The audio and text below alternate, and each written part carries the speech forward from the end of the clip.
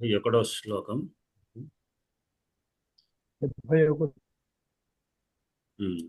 కదా, దగ్గరకు వచ్చేసాం. ఇంకా ఈ వారంగా నెక్స్ట్ వారం అయిపోతుంటుంది. ప్రదక్షిణీకృత్య హుతం హుతాశం అనంతరం భర్తురరుంధతీం చ ధేనుం సవత్సాం చ నృపః ప్రతస్థే సన్మంగళోదగ్రతర ప్రభావః. ప్రదక్షిణీకృత్య హుతం హుతాశం అనంతరం ఓకే. ప్రదక్షిణీకృత్య హుతం హుతాశం అనంతరం భర్తురరుంధతీం చ ధేనుం సవత్సాం చ నృపః ప్రతస్థే సన్మంగళోదగ్రతర ప్రభావః. చదవండి గంటెల వారు. ప్రదక్షిణీకృత్య హుతం హుతాశమనంతరం భర్తురరుంధతీం చ ధేనుం సవత్సాం చ నృపః ప్రతస్థే సన్మంగళోదగ్రతర ప్రభావః.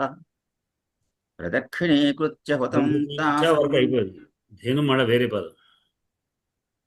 ప్రదక్షిణీకృత్య హుతం హుతాశ అనంతరం భర్తురరుంధతీం చ ధేనుం సవత్సాం చ నృపః ప్రతస్థే సన్మంగళోదగ్రతర ప్రభావః. లక్ష్మి గారు. శ్రీ గురుభ్యో నమః. ప్రదక్షిణీకృత్య హుతం హుతాశామనంతరం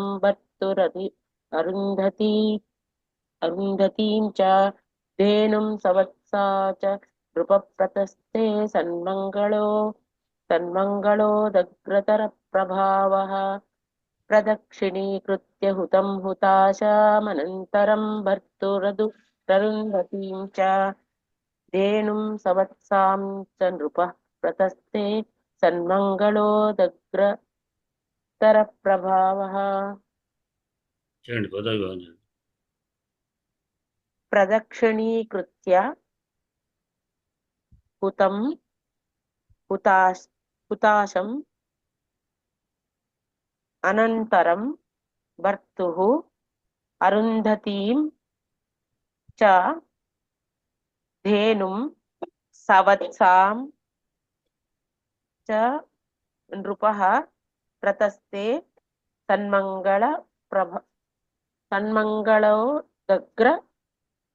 ప్రభావః. ఒకటే పదం. సన్మంగళోదగ్రతర ప్రభావః. ఎక్కడైనా విభక్తిలో మనకు స్పష్ట 8 శబ్దాలు జ్ఞాపకం చేసుకున్నాం కనుక ఆ విభక్తి అంతం కనబడాలి. కనబడితే పదం అయినట్లు లెక్క. మధ్యలో లేకపోతే అవ్యయాలు ఉంటాయి. ఇప్పుడు చా అంటుడు కదా, ఏ విభక్తి లేదు. చా అనేటువంటిది అది అవ్యయంగా. కానీ మామూలుగా ధేనుం ముందుకు సున్నా ఉంది కానీ ద్వితీయ విభక్తి అనేటువంటి విధంగా మనకు అట్లానే ఎక్కడ విభక్తి వచ్చేదాకా వచ్చేదాకా మనం వెళ్ళిపోతాం. అంత సమాస పదం. సన్మంగళో దగ్గర ఇక్కడెక్కడ కూడా పద విభాగం లేదు. అంటే పదం యొక్క పదాంతమైనటువంటి మనకు విభక్తి అంతమైనటువంటి పద కనబడవు కనుక అందక్కడ పద సన్మంగళో దగ్గరతర వరకు అంతా కూడా ఒకటే కదా. ప్రభావ అతి విసర్గలు వచ్చాయి. ఇప్పుడు అక్కడ దాకా ఒక పదం కదా, సమాస పదం. అరుణ గారు. గురుగారు. ప్రదక్షిణీకృత్య హుతం హుతాశం అనంతరం భర్తురరుంధతీం చ ధేనుం సవత్సాం చ నృపః ప్రతస్థే సన్మంగళోదగ్రతర ప్రభావః. ప్రదక్షిణీకృత్య హుతం హుతాశం అనంతరం భర్తురరుంధతీం చ ధేనుం సవత్సాం చ నృపః ప్రతస్థే సన్మంగళోదగ్రతర ప్రభావః. ప్రదక్షిణీకృత్య అవ్యయం. అవ్యయం. హుతం హుతౌ హుతాన్. హుత శబ్దः అకారాంత పుల్లింగः ద్వితైకవచనాन्तः. హుతాశం హుతాశౌ హుతాశాన్. హుతాశ శబ్దः అకారాంత పుల్లింగः ద్వితైకవచనాन्तः. హుతాశం అనంతరం అనంతరౌ అనంతరాన్.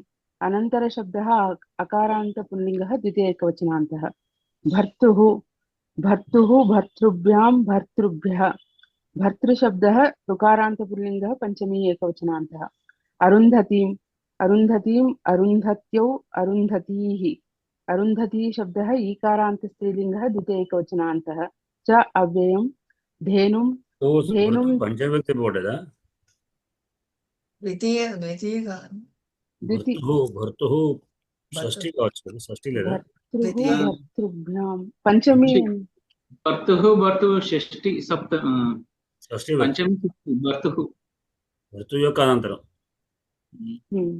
भर्तुः भर्तव्यम् ఈ పుస్తకం ఏమన్నా సరే భర్తుః పంచమి ఏకవచనం కొంచెం ఏకాజం ఉందా? पञ्चमी పంచమి ఏకవచనాంతః భర్తృ भर्तृः అనంతరం. भर्तृभ्यां సరే భర్తృభ్యాం భర్తృభ్యః శబ్దాలు రెండు ఒకటే కానీ అది షష్ఠే అవుతుంది అనుకుంటా. సరే ఆరు ఇప్పుడు అరుంధతి అని అడుగుతుంది సార్. అరుంధతి అన్నప్పుడు ద్వితీయ కదా. ఈకారం అందరికీ అరుంధతి ద్వితీయం. ద్వితీయం అది అవును, ద్వితీయం అది ఇది కూడా ద్వితీయలోనే ఉండాలిగా. అప్పుడు కాదు, ఉండదు కానీ ఇక్కడ పంచమే ఇచ్చారు మనకి భర్తని తర్వాత అరుంధతిని అనే అర్థంలో ఆ తర్వాత చెప్తాను. ఇప్పుడే చెప్పండి సార్, అరుంధతి చెప్పండి. సరే అప్పుడు దాని గురించి చర్చ. धातु वाला धातु धातुभ्यां धातु धातुभ्यः అది కరెక్ట్. अरुन्धति पंचमी అరుంధతి पंचमी गुरु పంచమే ఉందా? పంచమి पंचमी च अव्ययं धेनुं धेनुं धेनु धेनुः धेनुशब्दः उकारान्त स्त्रीलिङ्गः द्वितीयैकवचनान्तः सवत्सां सवत्सां सवत्से सवत्साः सवत्स शब्दः अकारान्तस्त्रीलिङ्गः द्वितीयैकवचनान्तः च अव्ययं नृपः नृपः नृपौ नृपाः नृपशब्दः अकारान्तपुल्लिङ्गः प्रथमैकवचनान्तः ततस्थे इति भूते लिट् आत्मनेपदी प्रथमपुरुष एकवचनान्तः सन्मङ्गलोदग्रतर प्रभावः उदग्र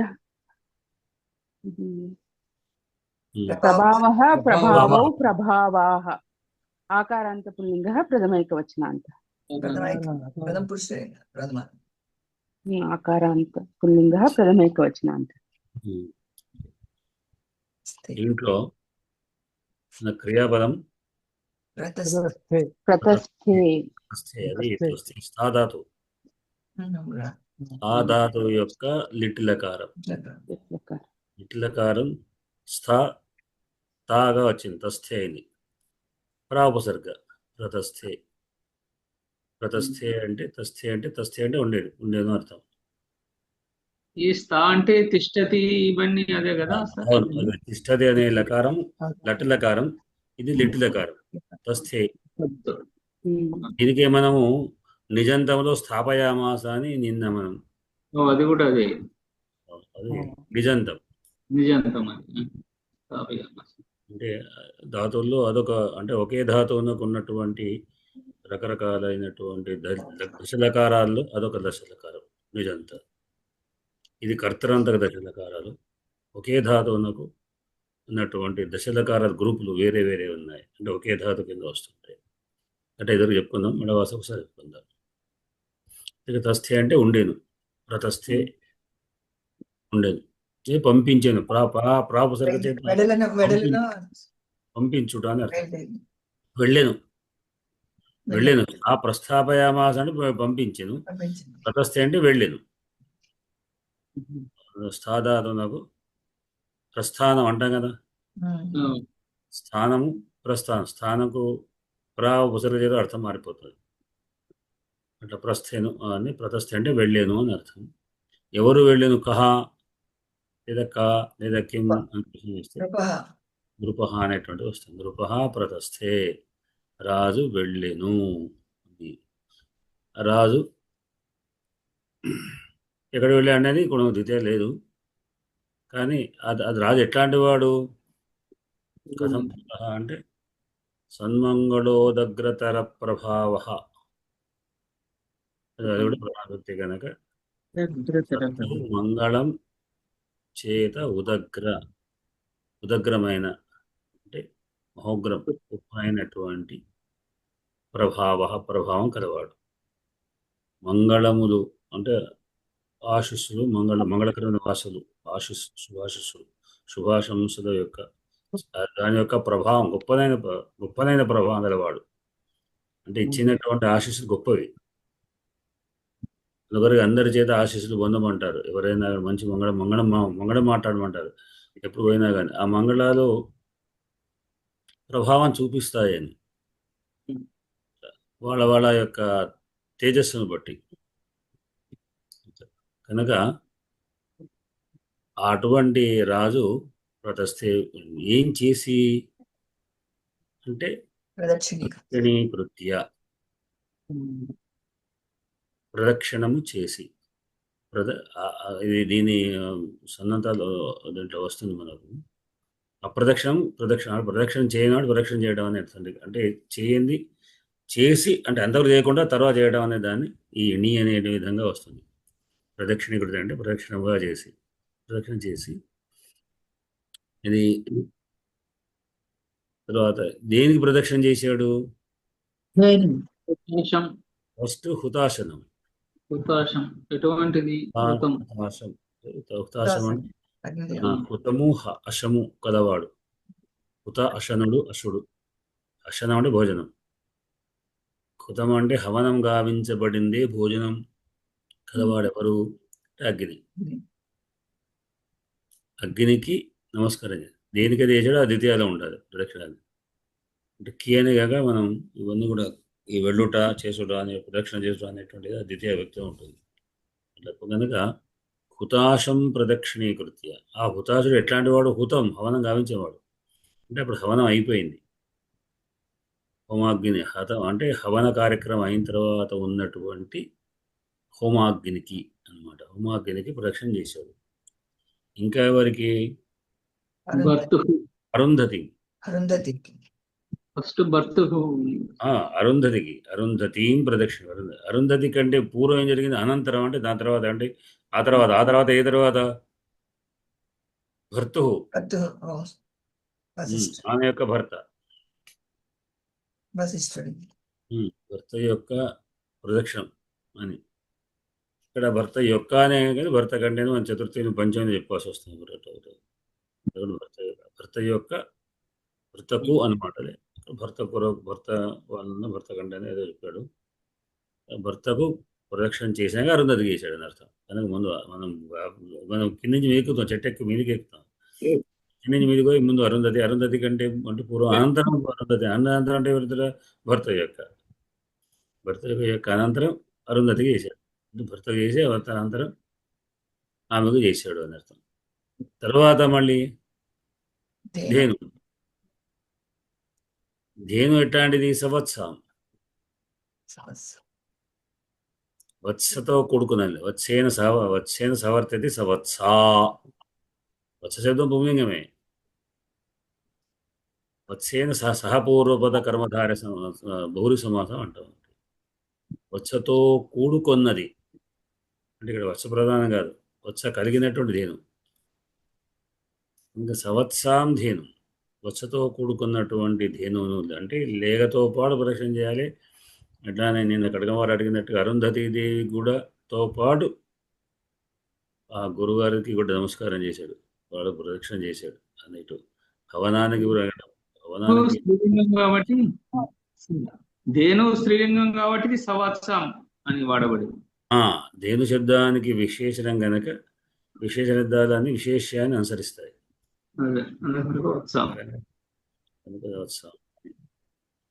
అటువంటి ప్రదక్షిణ చేసి సన్మంగళోదగ అంటే వాళ్ళ ఆశీస్సులు పొందినవాడు అని. సన్మంగళోదగ్ర వరప్రభావుడైనటువంటి సత్తు మంగళం అని సన్మంగళాలు అనేది. సన్మంగళాన్ని చేత ప్రభావం పొందినటువంటి వాడి ప్రతస్థే బయలుదేరేను వెళ్ళాడు అని అర్థం. వెళ్ళిపోయింది, అక్కడ వెళుతున్నాడు కాదు అని శ్లోకాలు వెళ్ళిపోయాడు. రాజధానికి అనేది మనం అభియంగా అర్థం చేసుకోవాలి. దాన్ని అదే ఇప్పుడు ధేను స్త్రీలింగం కదా. అవును. ధేనువు సవత్సం అన్నప్పుడు వత్స అనేది పుంలింగం. ఉమ్. దాన్ని బట్టి ఇక్కడ ఈ రూపం వస్తుంది, ద్వితీయ విభక్తి రూపం. ధేను శబ్దం పుంలింగము, ధేను పుంలింగమేనా? సారీ, ధేను శబ్దం స్త్రీలింగము. ధేను Yes. ధేను ఎటువంటి ధేనుకు విశేషణం ఏమంటే సంవత్స. ఆ, సంవత్స అంటే వత్సతో కూడుకున్న ధేను, వత్సతో కూడుకున్నదైనా అని అర్థం. సంవత్స అంటే స అంటే ఇంక్లూడ్ అయిన అన్నమాట. అయితే ఇప్పుడు విశేషణం చెప్పేటప్పుడు మామూలుగా వత్స అకారాంతం, కానీ ఇప్పుడు స్త్రీలింగంలో అకారాంతం లేదు కదా, కనుక ఆకారాంతం అయింది, సంవత్సాం అయింది. అట్లా స్త్రీలింగంలో ఉన్నటువంటి శబ్దాన్ని పుంలింగంగా మార్చినప్పుడు హ్రస్వాలుగా అవుతాయి. ఒకవేళ స్త్రీలింగం ధేను శబ్దం సధేను అన్నప్పుడు ధేను శబ్దం పుంలింగం అవుతుంది. ఒకవేళ సధేను అన్నాడు అనుకోండి, ధేనుతో కూడుకున్న అని అర్థం చెప్తుంది. అప్పుడు ధేను ప్రధానం కాదు. ధేనుతో కూడుకున్నటువంటి వాడు అనేటువంటి విధంగా ఒకవేళ రాజుకు చెప్తే ఇప్పుడు సధేను అని ఉకారాంతమే, అదే శంభు శబ్దం లాగా అవుతుంది అనమాట. ఇంతకుముందు చెప్పారు కదా మీరు, సభార్య. భార్య అదే సేమ్ ఆ పద్ధతిలో. అనేటువంటి.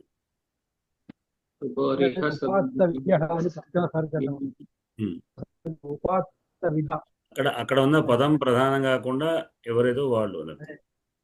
ఇంకొక మీకు పుత్రస్య గతిర్నాస్తి అని ఒక పదం ఉన్నది, మీరు వినవచ్చు. పుత్రస్య గతిర్నాస్తి అనే చోట అపుత్ర అంటే అర్థం ఏమిటి? పుత్రుడు లేనివాడు. పుత్రుడు లేని అసత్యం అంటే నిజం కాండి, నిజం కానిది కదా. అప్పుడు పుత్రుడు పుత్రుడు కానివాడా, పుత్రుడు లేనివాడా? పుత్రుడు లేనివాడు అవుతాడు, కానివాడు లేనివాడు అవుతాడు. సత్యం పుత్రుడు అసత్యం అంటే అసత్యం లేనివాడా? సత్యం కానిది. సత్యం అంటే నిజం పలకని వాడు, నిజం పలకనిది. సత్యవతి అంటే సత్యము కలిగినది. వత్తు వత్తు వత్తు వాడమే వేరు మన వత్తు అనేసరికి వేరే. సత్యవత్ సత్యవాన్ సత్యవంతుడు, కాక స్త్రీలకు సత్యవతి అయింది. సత్యవతి. ఇది ఈ అసత్యం సత్యం నభవతి ఇత్యసత్యం అనేది నైతత్పురుష సమాసం. అపుత్ర చోట పుత్ర నభవతి అంటే పుత్రుడు కానివాడు. పుత్ర ఎవరైతే అది బహుళ సమాసం. పుత్ర యహ నభవతి ఇది సహ అపుత్ర. పుత్రుడు ఎవరికైతే లేడో వాడు అపుత్రుడు. ఇది బహుళ సమాసం. అంటే అసత్యము నైతత్పురుష సమాసం, అపుత్ర అనేమో బౌరి సమాసం అవుతుంది. ఇది కూడా కొన్ని చోట్ల అపుత్రుడు అనే పదం నేను అనుకుంటా రామాయణంలో ఎక్కడ చూశాను. నై బహురి అంటారు కదా సార్. అది సరే, బహురీలో అనేక ఉన్నాయి, నై బహురీ అనుకోండి. బహురీలో రకరకాల బహురీలు ఉన్నాయి కనుక నై బహురీ. అపుత్ర అనేటువంటి పుత్రుడు, వాడు పుత్రుడు కాడు అనే అర్థంలో భరతుడు రామాయణంలో అంటాడు. అంటే ఎవడైతే తండ్రికి సరిగా కర్మజుడు వాడు అపుత్రుడు అని అంటాడు. ఇక్కడ అపుత్రుడు అనే పదం పుత్రుడు కాని ఎవడే వాడు అంటే ఆ తండ్రికి వాడు సరైన కొడుకు వాడు అనే అర్థం. ఇప్పుడు అపుత్రస్య అనే చోట తండ్రికి అర్థం, తండ్రికి కొడుకు లేరు, తండ్రి అనేవానికి అపుత్రుడు అనేది కొడుకు లేడు అనేటువంటిది. అంటే ఇక్కడ పుత్ర పదానికి కాదు విశేషణం. పుత్రుడు లేనివాడ తండ్రి, ఒక వ్యక్తి, వానికి పుత్రుడు లేడు, కనుక తండ్రి పుత్రుడు అపుత్రుడు అవుతాడు. అది ఆ మన రామాయణದ ప్రయోగం ఏమిటంటే అది అపుత్రుడు అనే పదం వాడతాడు. వాడు అపుత్రుడే అంటే వాడు పుత్ర ధర్మా నిర్వర్తించని వాడు అపుత్రుడు అంటాడు. అంటే వాడు పుత్రత్వం లేదు. అక్కడ పుత్రధానభవతి అంటే పుత్రుడు కానివాడు అని అర్థం. పుత్రుడు లేనివాడు కాదు, పుత్రుడు కానివాడు అని అర్థంలో కూడా అపుత్రం అనేటువంటిది అక్కడ కొన్ని చోట్ల కనబడుతుంది, చూశాను. అంటే ఇది ఇప్పుడు విభక్తిని బట్టి అర్థం మారుతుందా? సందర్భాన్ని బట్టి అర్థం మారిపోతుంది. సమాసము సందర్భాన్ని బట్టి అర్థం చెప్పుకోవాల్సి వస్తుంది. ఇంత క్రితం చెప్పే కదా, ఓ రాజా నీవు భూపతివే నేను భూపతిని అన్నాడు ఒక కవి వెళ్ళి, ఒక యాచకుడు. ఎట్లానయ్యా అన్నాడు అంటే నీవు షష్ఠీ తత్పురుషంతో నేను బహురీ సమాసంతో అన్నాడు. అంటే భూమి పతి భూపతి, భూమికి పతి, మొత్తం సమస్త భూమికి పతివి నీవు. భూమియే పతిగా గలవాడిని నేను. అంటే భూమి అంటే సమస్త లోకం అని అర్థం. ఇదంతా లోకం లేకపోతే అంటే అందరికి కూడా అయ్యా బానించాను, బానిస అంటే బానిసను, నేను బానిసను, ప్రతివాడిని బానిస అంటాడు. ప్రతివాడు తనకు స్వామి, యజమాని కనుక ప్రతివాడు తనకు స్వామి, ప్రభువు, యజమాని కనుక భూపతి అంటే అందరి దగ్గర అడుక్కునేవాడిని నేను బిచ్చగాడిని అర్థం. సందర్భాన్ని బట్టి అక్కడ ఉన్నటువంటి సమాసాన్ని, అందుకొరకే కవులు చమత్కారంగా సమాసాన్ని బట్టి అక్కడ ప్రయోగాలు చేస్తుంటారు. అంటే అక్కడ అందరికీ దాసుణ్ణి అనే అర్థంలో చెప్తారు అక్కడ అప్పుడు. అంతే కదా, వివక్ష ప్రాధాన్యం వహిస్తుంది. అంటే భూపతి అంటే తద్వృత్య అంటామా ఇప్పుడు భూమిలో ఉన్న వాళ్ళంతా నాకు పతులే. ఆ, భూమిలో ఉన్నవాడు పతులు అంటే నాకు యజమాని, అందరి దగ్గరికి వెళ్ళి అడుక్కుండే కదా. ప్రతివాడిని నేను దాసుడిని, యజమానిని, బానిసను, నాకేమైనా దాసుణ్ణి వాడు అడుగుతాడు కదా. వాడు యాచకుడు వచ్చి అడుగుతుంటాడు, అయ్యా అంటే ఆర్య పూజ్య ఒక గౌరవాన్ని యాచిస్తూ మీరు నాకు ఇవ్వండి అని వాడు యాచిస్తుంటాడు. ఫ్రెంచ్ పరమాచార్య చెప్పారు, జగద్గురువు నేను, జగతే నా గురువు అని. ఇదే జగత్తే కదా. అంటే అది వేరు జగద్గురువుని. అదే ఇదే అర్థం, జగత్తే అంటే. కానీ బిచ్చగాడు ఇప్పుడు అందరికి దాసుని అని అంటాడా? అన్నట్టే అనుకున్నాడు, భూమి మొత్తం వాడికి పతి. దగ్గర చెప్తాడు బాంచని అంటుంటారు వాళ్ళు. బాంచన్ అంటే బానిసను.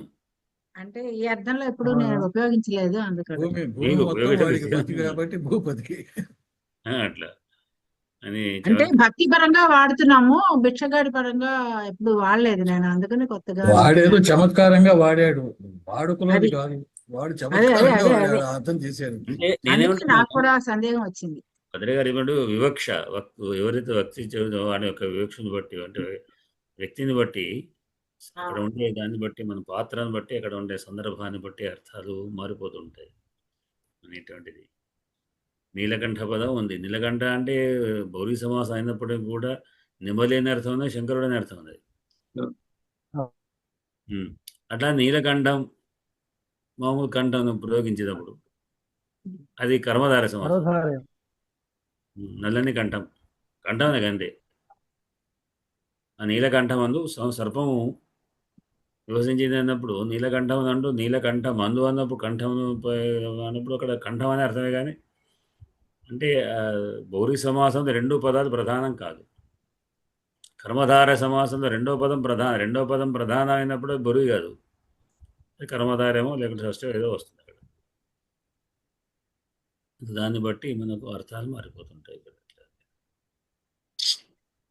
ఎక్కువ అంటే బౌరీ సమాసం వచ్చేసరికి ఏమవుతుంది అంటే విశేషణాన్ని బట్టి మళ్ళీ లింగం మారిపోతుంది.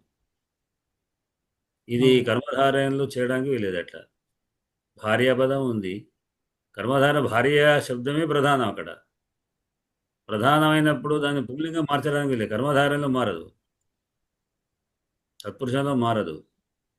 కేవలం బహురీ సమాసంలో మాత్రమే అది ఆ విశేష్య పదాన్ని బట్టి అది ఆయా లింగాలకు మారిపోతుంది.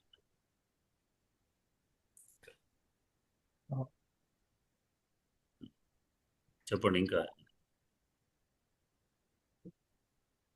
మనం ఇప్పుడు 71వ శ్లోకం అంటే 72, 73, 74 మంగళ బుధ గురుకు అయిపోతాం. దాని తర్వాత మనం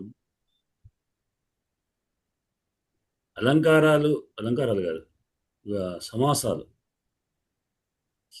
గురించి ఒక్కసారి చెప్పుకుందాం. వీలైన 2-3 రోజుల్లోనే ఇప్పుడు కథ అయిపోతుంది. సరే చెప్పుకొని అయిపోదాం.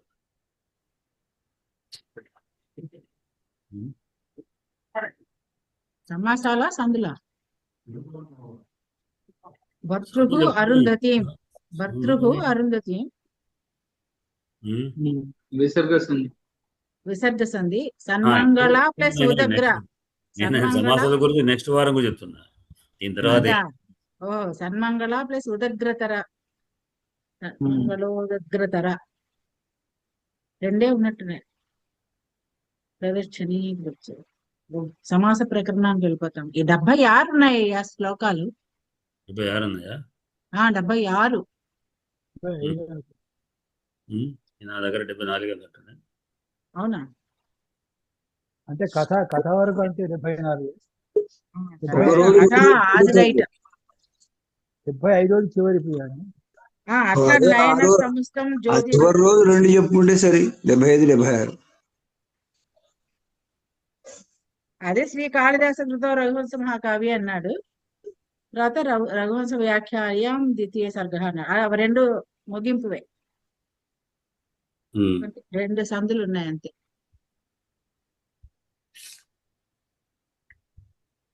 75 దీంట్లో ఉన్నాయి. 75 గురుగారు. 75 ఉన్నాయి. అదేలేండి.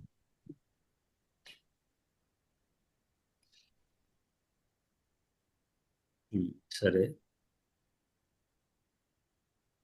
శ్లోకంలో ఏమన్నా మీరు ఎట్లా అనిపిస్తుంది? ఏంటి పెద్దగా మనకు కథనే మాత్రమే ఉంది. అంతే.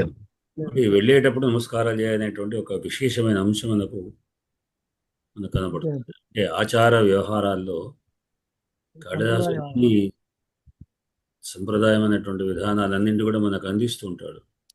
అంటే మనం జనరల్గా ఎక్కడికైనా వెళ్ళాము అంటే వాళ్ళను, ఆ పెద్ద మనుషులకు నమస్కారం చేయాలి. వెళ్ళగానే వాళ్ళ నమస్కారం చేసేది లేదు. మళ్ళీ మనం వెళుతున్న టైంలో కూడా నమస్కారం చేయాలి. అట్లానే వాళ్ళు వెళుతున్నా, వాళ్ళు వచ్చిన మన ఇంటికి వచ్చారు అంటే మనం ఎదురు వెళ్ళి వాళ్ళకు స్వాగతం చెప్పడం, నమస్కారం చేయడం, ఇవన్నీ పాదాభివందనాలే. ఊరికే ఏదో నమస్తే సెల్యూట్ కొట్టడం, లేకుంటే నమస్కారం చదవడం కాదు. ఇవన్నీ చిన్నప్పుడు చూసాం సార్, ఇప్పుడు అసలే కనిపించడం లేదు. చిన్నగా ఉన్నప్పుడు ఎవరు బంధువులు వచ్చినా, గురువులు వచ్చినా వాళ్ళకు నీళ్ళు ఇచ్చడు, లోపలికి వచ్చినాక కాలు మొక్కుడు, ఇవన్నీ ఉండేవి. మళ్ళా పోయేటప్పుడు మొక్కుడు. ఇప్పటికీ ఉన్నాయండి మా ఇళ్లలో, ఇప్పటికీ చేస్తాం. మా ఇళ్లలో ఇప్పటికీ చేస్తాం. వెళ్తుంటే చివరి దాకా వెళ్ళి దింపి రావడం, అంటే వీలైనంత వరకు అని. అది ఏంటంటే ఎంత దూరం పంపించాలి అనేది కూడా ఉన్నది. అవునవును. ఒక వ్యక్తిని స్వాగతం మనం పంపించేటప్పుడు ఎంత దూరం వెళ్ళాలి? ఇక్కడ వాళ్ళు నడుచుకుంటూ పోతుంటారు, ఊళ్ళు నడుచుకుంటూ పోతారు. ఎక్కడో ఒక దాకా అయితే మనం వెనక్కి రావాలి. దానికి కొన్ని నిబంధనలు ఉన్నాయి. అంటే నీరు ఏదైనా ఊరు బయట దాకా పెడతాం. మనం జనరల్ ఎదురు పాత బస్ స్టాండ్ ఉండే. ఇప్పుడు మా పిల్లలు అంతా కార్లో అయిపోయి ఇంటి ముందర గేట్ దాకేది వాళ్ళు వెళ్ళిపోతే మంచిగా అంటాం. అంత క్రితం బస్సు ఎక్కించేవాడు, బస్ స్టాండ్కి వెళ్ళేవాళ్ళం, ఎక్కించి పంపించేవాళ్ళం. అట్లా బస్ స్టాండ్ వరకు. ఈ బస్ స్టాండ్ దాకా ఊరికి చివరం అక్కడ కనకుండా ఉంటుంది. పూర్వం ఎట్లా ఉండేయంటే ఒక చెరువు, చెరువు ఏదో ఉంటుంది, నీటి మడుగు కనబడ్డప్పుడు అక్కడ దాకా వెళ్ళాలి అనేటువంటి ఒక మా ఊళ్ళో చెరువు గట్టు దాకా పంపించేవాళ్ళం. అదే నేను చెప్తాను, చెరువు గట్టు దాకా వెళ్ళాలి అనేటువంటిది నిబంధన ఉంది అని నేను చెప్తున్నాను. అక్కడ దాకా వెళ్తే కానీ అప్పుడు బస్ స్టాండ్ ఉండేది కాదు, అదొక రూలు. స్టాండ్ లేదు, మాకు మధ్యలో వాగు కూడా ఉండేది. బండెక్కించి పంపించే వాళ్ళం, అప్పుడు బండ్లే ఉండేవి కదా. అయితే మాకు ఇంకొక చమత్కారం ఏంటంటే, మా ధర్మపూర్లో ఈ బ్రహ్మోత్సవాలు జరుగుతున్నప్పుడు స్వామివారు దసరా రోజు ఊరు బయట దానికి అక్కడ శమి వృక్షం ఉండేది. అక్కడికి వెళ్ళి పూజ చేయడం, ఈయన కట్ట నుంచి వెళ్ళి చెరువు కట్ట దాటి బయట అంత చెరువు దగ్గర ఆగి ఆ చెరువులో నీళ్లలో స్వామిని చూసి దండం పెట్టి చెరువు నీళ్ళు చల్లుకునేవాడు. ఇప్పుడు చెరువు చిన్నగా అయిపోయింది, కనబడకపోయింది అనుకోండి. పూర్వం ఆ విధంగా అంటే దాదాపు రోడ్డు దాకా ఉండే చెరువు. ఆ కట్ట నుంచి స్వామి వెళుతుంటే చెరువు దగ్గర ఆగి అంత చెరువులో ఆయన ప్రతిబింబాన్ని చూసి నీళ్ళు అక్కడ ఆగేవాడు. మళ్ళీ ఆయన వెళ్ళి అక్కడ పూజ చేసుకొని మళ్ళీ వచ్చేసరికి మళ్ళీ స్వాగతం, మళ్ళీ రెడీగా ఉండడం, అంత స్వాగతం పలకడం అనేది ఉండేది. అంటే చెరువు దాకా మాత్రం అందరం కలిసి వెళ్ళడం. ఎవరు కొంచెం సత్వం ఉన్నటువంటి వాడు స్వామివారు వెంబడి వెళ్ళేవారు, లేకుంటే కనీసం అందరికి ఆడవాళ్ళు, పెద్దవాళ్ళు అంతా పిల్లలు అంతా కలిసి ఇక్కడే చెరువు దగ్గర ఆగడం అనేది ఉండేది. నీటి మడుగు దగ్గర ఆగడం అనేది ఒక సంప్రదాయం. ఇప్పుడు మనదనే లేదు కానీ క్రిస్టియన్స్ లో ఉన్నది సార్. ఏమిటి? తండ్రి కొడుకో పోతుండ అనుకోండి, తీసుకొని కిందకి దిగి ముద్దించుకుంటారు. తండ్రి పోతే తండ్రిని ముద్దించుకుంటారు. ఆ, ఏదో ఒక సంప్రదాయం అయితే ఉంది వాళ్ళ లోపల. అదే అలాగా. ఇంకొకటి గురువు చేశారు చాలా మంది. దీంట్లో ఇంకొకటి కూడా మనకు కనబడేది ఏంటంటే దేవునికి నమస్కారం చేయడం, దేవునికి ప్రదక్షిణ చేయడం, పెద్దవాళ్ళ ప్రదక్షిణ నమస్కారం. ఆవుకు అంటే ఇక్కడ ఆమె సేవించాడు కనుక అని కాదు, అవును. ఆవు అనేటువంటి ఒక దేవతా స్వరూపకంగా. అవును. అంటే ఆ సెక్షన్ వేరు. ఇంతవరకు తను వెళ్ళాడు, చేశాడు, ఆమె వరం ఇచ్చింది, ఓకే. అయినా కాకపోయినా ఆవు అనేటువంటి, గోవు అనేటువంటి ఇంట్లో ఉన్నటువంటి ఒక పూజ్యమైనటువంటి దేవతా స్వరూపమే కనుక ఆ దేవతా రూపాన్ని నమస్కారం చేశాడు. ఇవన్నీ ఉత్తర భారతంలో బాగా చేస్తారు సార్. ఉత్తర ఉమ్, భారతీయులు, ఉమ్, మనం సదరన్ పీపుల్ బాగా వెస్టర్నైజ్ అయ్యారు. కానీ ఉమ్. ఉత్తర భారతదేశంలో అవును, ఈ భక్తి ఆచారాలు ఎక్కువ ఉన్నాయి. అవును, ఆవు కరెక్ట్. కనిపిస్తే నమస్కారం పెట్టడం, ఒరియా వాళ్ళు కూడా ఆవు కనిపిస్తే నమస్కారం పెడతారు. అవును, అట్లాగే ఇలా ఒక ఒంటి చేతి నమస్కారం మనకే ఎక్కువ అలవాటు, కానీ ఉత్తర అవును. భారతంలో ఇప్పటికి కూడా ఈ రెండు చేతులతో నమస్కారం అలవాటు ఉంది. రెండు చేత రామ్ కాదు, రామ్ అని చెప్తారు. రెండు చేత కాదు, పాదాభివందనం చేయడమే నేను చాలా సార్లు చూశాను. నేను అదే. నేను చేసినటువంటి 4 రిఫ్రెషర్ కోర్సుల్లో కూడా ఒకటి తెలుగు, ఒకటి తిరుపతి ఒకటి చేశాను. దానికంటే ముందు పూనాలో ఒకటి, లక్నోలో ఒకటి, వారణాసి ఒకటి, ఎక్కడైనా నెల రోజులు దాంట్లో ఉన్నాను. ఆ సమయంలో నేను ఇంకా పూనాలో కూడా వెళ్ళగలిగాను, అక్కడ లక్నోలో చూశాను, కాశీలో చూశాను. పెద్దవాళ్ళు కనబడితే రోడ్డు మీద మధ్యలో అయినా నమస్కారం చేయడం, అదొకటి. ఇంకోటి, పెద్దవారు అనే దానికి అర్థం ఏమిటి అంటే తనకంటే ఒకరోజు పెద్ద ఉన్న పెద్దవాడి కింద లెక్క. అది నేను అక్కడ గమనించాను. ఏంటంటే ట్రైన్లో, అంటే జనరల్గా నేను యూనివర్సిటీలో వెళుతున్నప్పుడు యూనివర్సిటీ చూశాను, ప్రొఫెసర్లు కనబడితే స్టూడెంట్ చాలామంది కాళ్ళకు దండం పెట్టాడు. కాళ్ళకు దండం, నమస్తే పెట్టడం, సెల్యూట్ కొట్టడం, ఒక చేత మీరు అన్నట్టుగా ఒకటి చేత నమస్కారం, సెకండ్ కొట్టడమే కాదు, కాళ్ళకు పాతకు నమస్కారం చేయడం. అందరి ప్రొఫెసర్ రోడ్డు మీద చాలామంది ఇట్లా నమస్కారం పెట్టుడే కనబడుతుంటుంది. నమస్కారం, అంగ నమస్కారం పెట్టడం కనబడ్డది. అది ఒకటి పోగా ఇంకొకటి ఏంటంటే, నేను రిఫ్రెష్ కోర్స్ చేసే టైంలో అక్కడ లక్నోలో ఉన్నటువంటి ఒక నా ఫ్రెండ్స్ అక్కడ సంస్కృత విద్యాపీఠలో పనిచేస్తున్నారు ప్రొఫెసర్గా. వాళ్ళు కూడా మాతో పాటు చేశారు, మమ్మల్ని రమ్మన్నారు వాళ్ళ దగ్గరికి. నేను ఇక్కడ మాతో పాటు చేసినట్టు మా కొలీగ్స్ కలిసి మేము వాళ్ళ దగ్గరికి వెళ్ళాం. వాళ్ళ దగ్గరికి వెళితే మేము వచ్చేసామని వాళ్ళంతా స్టాఫ్ అందరు కలిసారు, ఆ యూనివర్సిటీలో వాళ్ళంతా కలిసి ఒక చెట్టు కింద జస్ట్ చిన్న మీటింగ్ లాగా ఏర్పాటు చేశారు. చుట్టూ అంతా రౌండ్ కుర్చీలు కూర్చొని మేమంతా కూర్చొని మమ్మల్ని పరిచయం చేసి కథ. ఆ సమయంలో అడ్మిషన్ జరుగుతుంది. అడ్మిషన్ ఫారం కొరకు తీసుకున్న వాళ్ళు పోయి వచ్చి సార్ మొత్తం మేము కూర్చొని అందరూ రౌండ్ మొత్తం నమస్కారం చేస్తున్నారు. వాళ్ళు నేను అనుకో వాళ్ళు ఎవరు నాకు అర్థం కాలేదు, వస్తారు నమస్కారం పెడతారు, పాదాలకు నమస్కారం పెడుతున్నారు. నేను వాళ్ళ గురువుని గాను వాళ్ళకి ఎందుకు కానీ కొంచెం కాడు వెనక్కి తీసుకున్నాను, నాకెందుకు అని. వాళ్ళు కొంచెం విందగా చూశారు. మా ఫ్రెండ్ అడిగి, ఎందుకు నువ్వు అంటిస్తున్నావు అంటే, నేను వాళ్ళు ఎవరో తెలియదు అంటే, వాళ్ళకి మేము కూడా తెలియదు అన్నారు. ఎందుకు కూడా కొత్తగా ఇప్పుడు చేరుతున్నారు అడ్మిషన్ తీసుకోవడానికి వచ్చినటువంటి వాళ్ళు. వాళ్ళ గురువులు అంటే ఇక్కడ పెద్దవాడు అని అర్థమే, అంతేగాని వాళ్ళని పాఠం చెప్పామా లేదా అని సంబంధం లేదు. ప్రొఫెసర్ కనబడి నమస్కారం చేయాలి. అందరి పాదాలు వస్తాను, దండం పెడతాను, వెళ్ళిపోతున్నారు వాడు. ఇదొక విధానం. అక్కడ తర్వాత ఇంకొక విధానం, ఇంకోసారి కూడా ఒకరోజు కూడా ఏమైందంటే, ట్రైన్లో మేము రిటర్న్ వస్తున్నాం. రిటర్న్ అయితే ఒక అరగంట ముందే ట్రైన్ వచ్చి స్టేషన్లో ఉందని మేము అంతా అరగంట పోకుండా ముందే దాంట్లో కూర్చున్నాం. ఇప్పుడు ఇంకెవ్వరు లేరు, ఊరికే మేమే కూర్చున్నాం. మాకేం పని లేదు, రాత్రి ట్రైన్ ఎక్కడ అనిపిస్తుంది అక్కడ లెక్కన చేయాల్సిన పని ఇంకా ముందే వచ్చి కూర్చున్నాం. ఆ సమయంలో మేము కూర్చున్న తర్వాత మా ముందర ఒక 2 పిల్లలు కూర్చున్నారు. జస్ట్ వాళ్ళు ఇంటర్మీడియట్ చదివేంత స్టేజ్లో ఉన్నారు ఏజ్. వాళ్ళు చూస్తే ఇద్దరు మాట్లాడుకుంటూ కూర్చున్నారు. ట్రైన్ స్టార్ట్ అయ్యే టైంకి వరకు వాడు దాంట్లో ఒకటి లేచాడు, రెండో వాడికి కాళ్ళు దండం పెట్టి వెళ్ళిపోతున్నాడు. వీడు వాడు దాదాపు ఒకే రకంగా అంతా 20 సంవత్సరాల లోపల పిల్లదే. వాడు వీడు నమస్కారం చేస్తే మేము ఆశ్చర్యపోయింది. వాడు వెళ్ళిపోతే వీడు ఎవరు అని అడిగా, అంటే వాడు మా మేనత్త కొడుకు అన్నాడు. వీడు అంటే నాకంటే సంవత్సరం చిన్న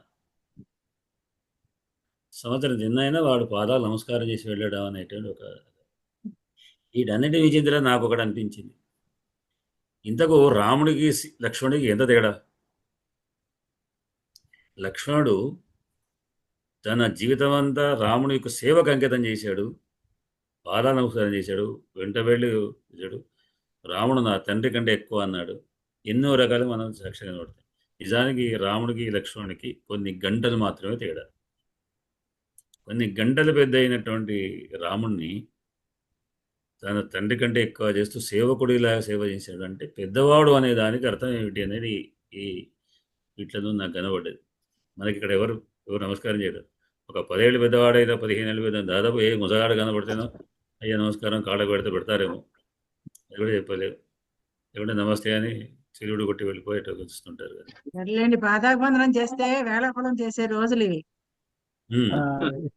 నన్ను ఎంతమంది చేస్తున్నారు తెలుసా వేళాకుళం పాదాభివందనాలు చేస్తానని. ఎవరికి పడితే వాళ్ళకి చేస్తాం, కుల మతాలు పాటించట్లేదు, ఎన్ని నన్ను విమర్శిస్తున్నారో.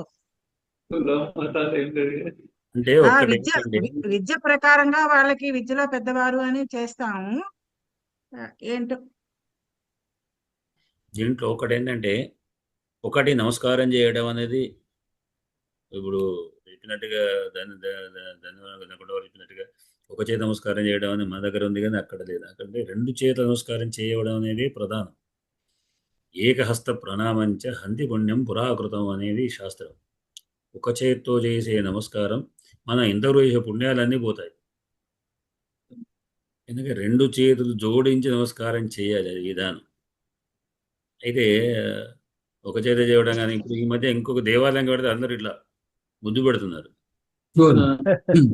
ఇట్లా ముద్దు పెడుతున్నారు. నేను కొంతమంది పిలిచాడు, బాబు క్రిస్టియన్లు దీంట్లోకి రాకూడదు అన్నాను ఊరికి. నిజానికి ఒక వాడంటే వరకు కేసు పెడితే జీలు వేస్తారు. ఎందుకంటే మనకు నిబంధన లేదు కదా దేవాలయంలో. వాడన్నా నేనేని నేను క్రిస్టియన్ కాదు అన్నాడు. అంటే ఇట్లా చర్చిలో చేశాడు, ఇట్లా అంటున్నావు కదా అంటే, ఇట్లాంటి నమస్కారాన్ని ఎక్కడ ఉంది అని అన్న. ఒక పెద్ద ఆఫీసర్కు ఒక కలెక్టర్ దగ్గరికి వెళ్ళాల్సి వచ్చింది. ఆ కలెక్టర్ ముందు ఇట్లా అను ఒక్కసారి, ఆయన ఏమంటాడు చూద్దామని అన్న. ఇట్లా అని ఇట్లా ముద్దు పెట్టుకో సార్ పెట్టుకుంటే ఏం చేస్తాడు నేను. అంటే ఒక చిన్న ఆఫీసరే కోపడితే ఆయన జగన్నాథుడు మొత్తం సమస్త భూమండల నాయకుడు ఉన్నటువంటి జగత్పతి దగ్గరికి పోయి ఈ ముద్దులు పెట్టడం ఏంటి అని ఆయన ఇష్టపడతారా? జగన్నాథ్ అందుకని నమస్కారం అంటే 2 చేతులు జోడించమనేది శాస్త్ర నియమం. అంతేగాని ఒక చేతి నమస్కారం చేయడము, చెల్లుడు కొట్టడం, ముద్దులు పెట్టుకోవడము, ఈ సంస్కారం నేను గమనించింది ఏంటంటే, ఇప్పుడున్నటువంటి వయసు ఉన్నటువంటి వాళ్ళు ఒక 30 సంవత్సరాలు 40 సంవత్సరాల వయసు లోపల ఉన్నటువంటి వాళ్ళకు 30-40 సంవత్సరాలు వయసు ఉన్నటువంటి వాళ్ళకు మాత్రమే ఉంది. అంతకంటే పెద్ద 40-50 సంవత్సరాలకు లేదు. గమనించాను. అంటే అక్కడి నుంచి ఇది ఒక సంస్కారం. మనకు ఒక హిందూ ధర్మ వ్యతిరేకులైనటువంటి వాళ్ళు దీన్ని పంపించారు. మన ధర్మాన్ని వ్యతిరేకంగా పంపించాలనేటువంటి నిబంధనల ప్రకారంగానే వచ్చింది. అంటే మన సంస్కారం జడగొట్టడానికి ఇదొక మార్గం. తర్వాత ఆడవాడు బొట్టు పెట్టుకోకపోవడం, అసలు బొట్టే కనబడదు. ఏమో పెట్టుకో చూడండి ఉంది అంటారు. అంటే నేను భూతద్దం పెట్టుకొని ఇట్లా చూడాలి. అది కూడా ఏమిటి తెల్లడిది చమకాయించేది పిలుస్తుండే. తెల్లది అంటే అది అసలు కనబడదు, అదేదో అద్దంలాగా ఉంటుంది. అంటే అదే అద్దంలాగా ఉన్నటువంటిది అంటే అసలే కనబడని వాడతాం. దాని మీద ఏదన్నా చూడండి బింబం కనబడితే చెక్క మెరుస్తుంది తప్పిస్తే ఏం కనబడదు. ఆ స్టిక్కర్లు గాజులు లేవు. నేను క్లాస్లో కన్ఫ్యూజ్ అయ్యాను. క్లాస్లో ఒకసారి పిల్లలు అయితే నేను వీళ్ళు క్రిస్టియన్లు అనుకున్నాను. వాళ్ళు ఏంటంటే ఏ సంస్కారాలు దూకోలేదు. వాళ్ళు అప్పుడే నిద్రం చేసి వచ్చారా అన్నట్టుగా ఉంది. సాయంత్రం మరి నిద్ర చేశారంటే పోతే సాయంత్రం పోనీ లేదు, బొట్టు లేదు, కాటుకలు లేవు, ఇవి లేవు, ఏమీ లేదు. ఇట్లాంటి ఆడపిల్లలు వస్తే ఏమన్నా అంటే ఎవరైనా ఎడతారు. అంటే ఆడపిల్లను అవమానం చేశారనో ఇంకేదనో అని అనే స్థితిలో ఉంటుంది. ఏం మాట్లాడలేము, మనకేం సరే మీ ఇష్టం ఎవరి కానీ చూస్తుంటే ఏంటంటే ఈ సంస్కారాలు ఈ ధర్మానికి వ్యతిరేకంగా జరిగేటువంటి ఒక కుట్ర అనిపిస్తున్నారు. ఇది వాడు ఫ్యాషన్ పేరట అని మనకు పంపించి దాన్ని ఈ విధంగా చేయడం, ఎవరికి కూడా ఏం లేకుండా చేయడం అనేటువంటిది. మీరు పెడుతున్నారా అంటారు, మనం ఎదురు వ్యవస్థలో మన అడుగుతుంటారు, ఏం చేస్తున్నావు, నీ దగ్గర ఏముంది లక్షణం అని. ఇవన్నీ మనం అంటే మనం ఏం చేయలేని స్థితిలో ఉన్నామేమో అనిపిస్తుంది అట్లా. సరే, ఇది కటకం వారు ఏమంటారు?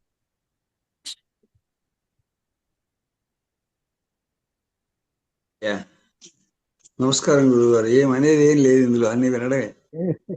టైం బాగా దాటిపోయింది. అన్నట్టు ఏమన్నా అని వాడు అదో రకంగా తీసుకుంటారు, మరి వాదన దిగుతారు అంతా.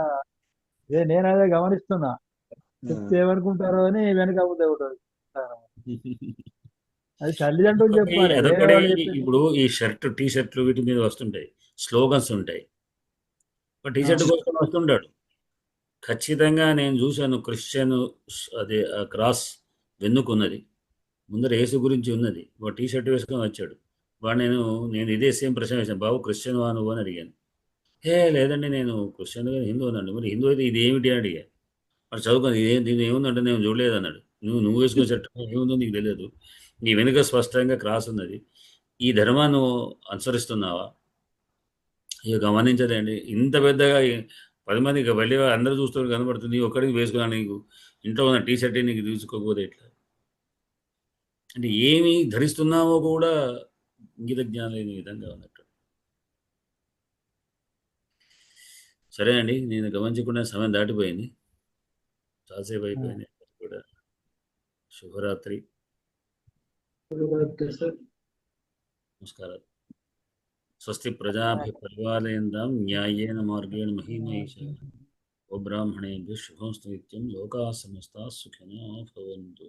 స్వస్తి. శుభరాత్రి. ధన్యవాదాలు. శైలజ గారు. ధన్యవాదాలు గురువు గారు. నమస్కారం.